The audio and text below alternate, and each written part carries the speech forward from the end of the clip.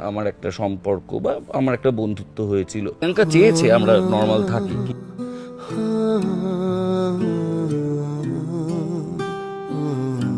নায়ক রাহুলের পরকীয়ার বলি হয়েছিল তার স্ত্রী এবং সন্তান।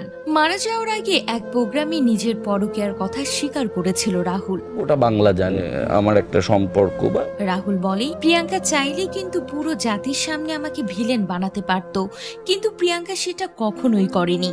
প্রিয়াঙ্কার সব থেকে বড় সুযোগ ছিল আমাকে ভিলেন বানানো। একটা সময় আমার ছেলে সহজকে নিয়ে প্রিয়াঙ্কা তার ফ্ল্যাটে উঠে যায়। তখন থেকে আমি সহজকে মিস করা শুরু করি এবং একটা সময় ডিপ্রেশনে চলে যায়। এমনকি তখন আমাকে ওষুধ পর্যন্ত খেতে হয়েছে।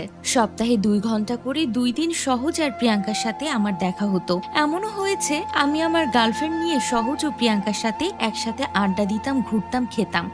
হ্যাঁ হয়েছে, আমরা একসাথে ডিনার করেছি, আমি, আমার প্রেমিকা সহজ, প্রিয়াঙ্কা। প্রিয়াঙ্কা সে বিষয়ে আমাকে প্রেশার দেয়নি, ও মেনে নিয়েছিল। যদিও প্রিয়াঙ্কা খুব করে চাইতো আমরা আবার এক হয়ে যাই ছেলের জন্য। সব বিবেচনা করে ছেলের জন্য আবার এক হয়েছি আমরা। রাহুলের প্রতি প্রিয়াঙ্কার সম্মান, ভালোবাসা, শ্রদ্ধা সব সময় ছিল। কিন্তু ভাগ্যের কি নির্মম পরিহাস, সেই প্রিয়াঙ্কায় রাহুলকে চিরতরে আবারও হারিয়ে ফেললো, আর কোনোদিনই ফেরাতে পারবে না। তাদের দূরত্ব বেড়েছিল বাচ্চা হবার কয়েক বছর পরে। মূলত সিরিয়াল করতে গিয়ে প্রথম সন্দীপ্তার সাথে গুঞ্জন ওঠে এবং রাহুলকে সরাসরি জিজ্ঞাসা করলেও তিনি অস্বীকার করতে পারতেন না। প্রিয়াঙ্কার পরিবার রাহুলকে মেনে নেয়নি বলেই পালিয়ে বিয়ে করেছিলেন রাহুলকে। এরপর সন্তান সহজ এলো। প্রিয়াঙ্কাও গ্ল্যামার ছেড়ে ঘর সন্তান সামলাচ্ছিলেন। তখন রাহুল জড়িয়ে পড়লেন পরকীয়ায়। যে স্ত্রী ভালোবেসে সবার বিরুদ্ধে গিয়ে বিয়ে করলেন, মাতৃত্বের জন্য নিজের কেরিয়ার বিসর্জন দিলেন, শেষমেশ তাকেই ঠকানো হলো। তখন প্রিয়াঙ্কা তার বাচ্চাকে নিয়ে সেপারেট হয়ে গেল।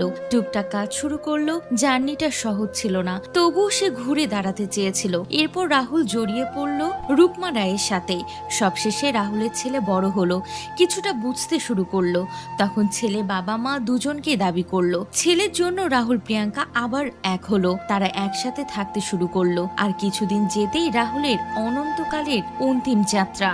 এখন প্রশ্ন, যারা বললেন প্রিয়াঙ্কা কেন কেঁদে বুক ভাসালেন না, কেন এমন স্বাভাবিক রইল? আসলে একটা মানুষকে বারবার মেরে ফেলা যায় না। মানুষ কষ্ট পেতে পেতে এমন অবস্থায় পৌঁছে যায়, তখন আলাদা করে হারানোর থাকে না। মানুষ হয়তো অনেক কিছু মানিয়ে নিয়ে দিন পার করে, তবে প্রিয় মানুষের প্রতিটি আঘাত কখনোই ভুলতে পারে না। রাহুলের মৃত্যুতে সবচেয়ে ক্ষতি হয়েছে সহজের। সে বাবা হারিয়েছে, কিন্তু প্রিয়াঙ্কা তার স্বামীকে হারিয়েছিল বহু আগে। তবে কাছে পাবার পর আবারও নতুন করে হারালো, এবং সারা জীবনের মতো।